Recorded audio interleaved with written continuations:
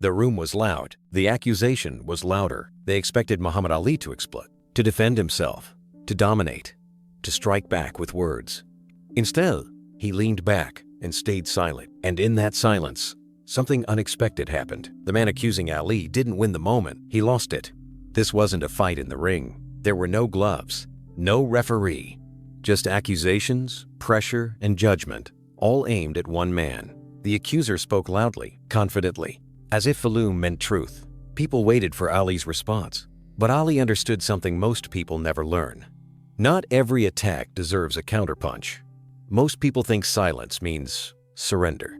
Muhammad Ali knew it meant control. When the accuser began speaking, the room expected Ali to interrupt, to defend his name, to fight back with words the way he fought back with fists. That was the script everyone knew. Loud accusation, louder response. Ego versus ego. Ali broke that script. He stayed quiet, not because he had nothing to say, but because he understood something rare. The person who reacts first usually loses. Silence forces the spotlight onto the speaker. Every extra sentence becomes a risk. Every repeated point sounds more desperate than strong. As the accuser kept talking, his confidence slowly unraveled. What started as certainty turned into repetition. What sounded like authority began to feel like insecurity. Ali didn't need to expose him. Silence did the work. In that moment, Ali showed that strength isn't measured by volume. Weak people rush to prove themselves. Strong people let the truth breathe. Silence is uncomfortable, especially in public, but discomfort is where power lives. Ali's quiet wasn't empty. It was disciplined. It was intentional. It told the room, I am not shaken. And when people see you unshaken, they start questioning the attack itself. Silence doesn't mean you've lost your voice. It means you've chosen the right moment to use it. That is not weakness. That is mastery. Muhammad Ali understood a truth most people learn too late. You don't need to expose someone when they're willing to do it themselves. As the accuser continued speaking, Ali didn't interrupt or challenge a single word. He didn't roll his eyes. He didn't shake his head. He simply listened. And the longer the man talked, the clearer everything became. At first, the accusation sounded confident, sharp, convincing. But confidence without restraint doesn't last. Soon the points began to repeat. The tone grew harsher. Emotion crept in where facts were supposed to be. What was meant to sound righteous started to feel personal. Ali let that happen, because when people speak without being challenged, they reveal more than they intend. Their fears surface, their motives leak through, their insecurity shows up in the gaps between words. Ali knew that interruption gives people an excuse. Silence gives them a mirror. By refusing to step in, Ali allowed the audience to make their own judgment. No defense could have been more powerful than letting the truth rise on its own. The accuser didn't lose because Ali defeated him. He lost because he couldn't stop talking. Ali taught a quiet lesson that day. When someone is determined to misunderstand you, arguing only feeds them. But when you let them speak freely, they often expose the very weakness they hope to hide. Sometimes, the smartest move isn't to speak louder, it's to step back and let reality speak for you. One of the hardest things Muhammad Ali ever learned wasn't how to throw a punch, it was how to refuse one. When the accusations came, the pressure to respond was overwhelming. Cameras were rolling, the crowd was waiting. Society demands explanations, especially from people who stand out, speak differently, or refuse to conform. Silence in those moments feels like rebellion. Ali chose it anyway. He understood that not every question is asked in good faith. Some questions aren't seeking truth, they're traps. They're designed to provoke, to corner, to force you into defending yourself against a narrative already decided. Ali refused to play that game. By not answering immediately, he protected his dignity. He denied the accuser the satisfaction of control. He showed that your worth does not come from convincing people who have already made up their minds. Explaining yourself endlessly can become a form of surrender. It drains energy. It shifts power away from you. Ali knew that his life, his actions, and his convictions spoke louder than any explanation ever could. He wasn't running from accountability. He was choosing sovereignty. Ali taught a lesson few people have the courage to live by. You are not required to justify your existence to anyone. Sometimes the most powerful answer is restraint, the quiet confidence of knowing who you are, even when others refuse to see it. Not every silence is avoidance. Some silences are boundaries. Most people believe power comes from dominating a room. Muhammad Ali understood that real power comes from mastering yourself. In that charged moment, the room was not neutral. It was tense, impatient, hungry for conflict. Cameras waited for a reaction. The accuser leaned forward, voice rising, trying to pull Ali into the storm he was creating. This was a familiar trap. If Ali reacted emotionally, the narrative would shift instantly. The story would no longer be about truth or principle. It would be about temperament, about ego, about loss of control. Ali refused to give them that. He sat still. His posture was relaxed, his expression calm, not passive intentional. Every second he remained composed, the temperature of the room changed. The louder the accuser became, the quieter Ali's presence felt. And that contrast mattered. People stopped listening to the noise and started watching the silence. Ali wasn't trying to manage the other man's behavior. He knew that was impossible.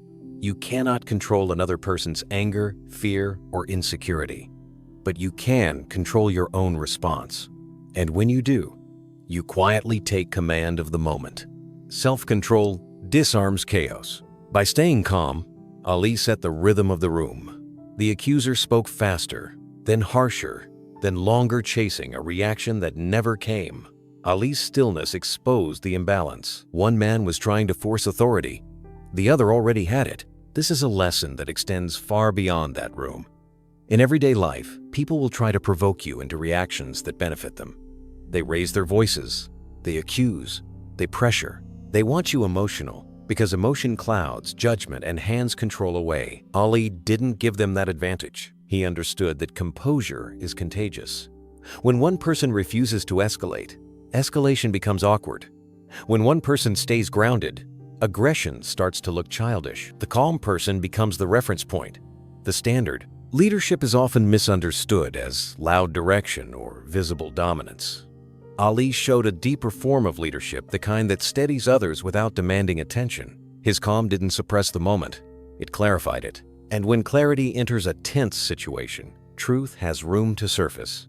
Ali's restraint wasn't accidental, it was practiced, it was earned. It came from years of knowing when to strike and when not to. In the ring, he mastered timing. Outside it, he mastered restraint. The two were connected. By controlling himself, Ali controlled the narrative. He didn't need to redirect the conversation bent around him. That is the quiet authority of someone who knows their values, trusts their grounding, and refuses to be pulled off center. In the end, the moment didn't belong to the loudest voice in the room. It belonged to the calmest one. Muhammad Ali's calm did not come from strategy alone. It came from something deeper. When the accusations were thrown at him, Ali wasn't just being challenged as a public figure or a boxer. He was being challenged at the core of who he was, his beliefs, his values, his sense of purpose. For most people, that kind of attack triggers panic. When your identity is questioned in public, the instinct is to defend it loudly, to prove yourself immediately, to make sure no doubt survives. Ali did the opposite. He didn't rush to protect his image because his image wasn't where his confidence lived. His faith was. Ali knew who he was when the cameras were off. He knew what he stood for when no one was applauding. That certainty gave him something rare, peace under pressure. And when you carry that kind of inner clarity, you don't feel threatened by external noise. Faith, for Ali, wasn't performance. It wasn't something to argue about or win debates over. It was a foundation. And foundations don't need to be announced, they hold quietly. While the accuser spoke, Ali listened with a stillness that confused people. How could a man remain so composed while being publicly questioned, criticized, and misunderstood? The answer wasn't arrogance or indifference. It was conviction. Ali trusted that truth doesn't require urgency. If something is real, it doesn't need defending every second. Noise is often a sign of doubt. People shout when they're unsure. They over-explain when they fear being exposed. They argue aggressively when their beliefs aren't settled within them. Ali had already settled his. That's why he could sit calmly while others unraveled. His faith also freed him from needing approval. When your sense of worth comes from crowds, titles, or applause, criticism feels like collapse. But when your worth comes from alignment with your values and beliefs, criticism becomes background noise. It may be loud, but it's no longer dangerous. Ali wasn't trying to convince the accuser. He wasn't trying to convert the room.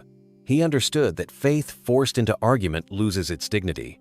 Some truths are meant to be lived, not debated. And that's what made the moment powerful. The room expected Ali to defend himself with words. Instead, he defended himself with composure. His calm wasn't empty silence. It was confidence without aggression. It was belief without insecurity. It was strength that didn't need validation. There is a quiet authority that comes from knowing where you stand. When your principles are clear, you don't chase agreement. You don't beg understanding. You don't panic when misunderstood. You remain steady. Ali showed that day that faith, when real, simplifies everything. It removes the need to impress. It removes the urge to dominate. It removes the fear of being misjudged. And in a world addicted to noise, that kind of silence becomes unforgettable. Faith doesn't always speak. Sometimes it sits calmly, lets the storm pass, and remains standing when the noise is gone. Muhammad Ali never needed to tear someone down to prove he was standing tall. In that public confrontation, he had every opportunity to embarrass his accuser. Ali was sharp, articulate, and fearless with words when he chose to be. A single sentence from him could have flipped the room, drawn laughter, even applause. He could have exposed the man's contradictions, mocked his tone, or dismantled his argument piece by piece. He chose not to. That decision revealed a kind of strength that rarely gets celebrated. The strength to win without crushing someone else's dignity. Ali understood something deeply. Human humiliation creates enemies, not understanding. When you embarrass someone publicly, even if you're right, you close the door to growth. Pride hardens. Defensiveness rises. The moment becomes about survival, not truth. Ali wasn't interested in humiliating anyone. He was interested in clarity. By letting the accuser speak freely and exhaust himself, Ali allowed the truth to surface naturally. The contrast did the work. One man strained for control. The other remained composed. The audience didn't need a verdict shouted at them. They felt it. This is a rare kind of victory. It doesn't spike adrenaline. It doesn't trend because of drama, but it lasts. Ali knew that public humiliation poisons the room. Even those who cheer in the moment often walk away uneasy. Winning by grace, on the other hand, leaves space for reflection. It lets people change their minds without losing face. That matters. Ali had faced enough hostility in his life to know how easily bitterness spreads. He refused to become a source of it. His restraint wasn't passive, it was principled. He chose not to use his power to dominate, because he understood power carries responsibility. He didn't want to defeat a man, he wanted to elevate the moment. In doing so, Ali showed that real confidence doesn't need an audience to cheer against someone else. It doesn't need to humiliate to feel validated. When you know who you are, you don't need to reduce others to feel tall. This lesson applies far beyond that room. In arguments, debates, workplaces, families, people often aim to win by embarrassing the other side. They interrupt, they expose, they replay mistakes. They seek victory through shame. And even when they succeed, something is lost. Respect. Ali protected that. He demonstrated that you can stand firm without being cruel. You can be right without being ruthless. You can win without leaving scars behind. The accuser walked away, exposed but not destroyed. And that distinction matters. It preserves humanity. It keeps the door open for understanding, reflection, even regret. Ali's greatness wasn't just in how he defeated opponents. It was in how he treated people once he had the advantage. That is a victory few people ever achieve, and even fewer remember how to repeat. If Muhammad Ali had reacted the way everyone expected, the moment would have been forgotten by the next news cycle. Another argument, another headline, another loud exchange where no one truly listens and nothing truly changes. Instead, Ali chose restraint, and that choice turned a fleeting confrontation into a lasting lesson. Restraint is often misunderstood. People confuse it with fear, hesitation, or weakness. But Ali knew restraint is not the absence of strength. It is strength under command. It is the discipline to pause when instinct screams to strike back. Ali was a man built for reaction. His entire career was based on speed, fast hands, fast feet, fast reflexes. In the ring, hesitation could cost him everything. But outside the ring, Ali learned a higher level of control, knowing when not to move. As the accusations flew, Ali felt the same surge any human would feel: irritation, injustice, the urge to correct the record. But he didn't let that surge decide his behavior. He let wisdom decide instead. That is restraint. Restraint shifts power. When one person reacts emotionally and the other remains grounded, authority quietly changes hands.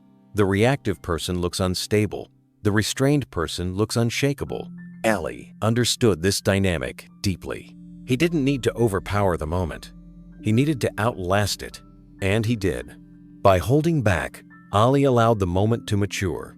Emotions ran their course, words piled up, tension peaked, and then collapsed under its own weight. When the noise finally settled, Ali didn't need to raise his voice. The room was already listening. Restraint also protected Ali from becoming what his critics expected him to be. Many wanted to see anger. Some wanted to confirm their assumptions. A sharp reaction would have fed those narratives. Ali refused to play that role. He understood that how you respond determines the story people tell about you long after the moment ends. This is one of the hardest lessons in life. Restraint requires patience when you're provoked, discipline when you're misunderstood, humility when you're right. It means trusting that not every battle needs to be fought immediately or at all. Ali's restraint didn't erase the criticism, but it stripped it of power. Words spoken in anger lose their force when they meet calm. Accusations lose momentum when they find no resistance to push against. In a world that rewards instant reactions, restraint feels unnatural. Social pressure tells us to respond now, defend now, correct now. Ali showed another path, one where timing matters more than speed, and composure matters more than dominance. He understood something timeless. Reacting gives others control over your emotions. Restraint keeps that control where it belongs with you. That day, Ali didn't win by overpowering his accuser. He won by refusing to let the moment overpower him. And that may be the greatest lesson of all.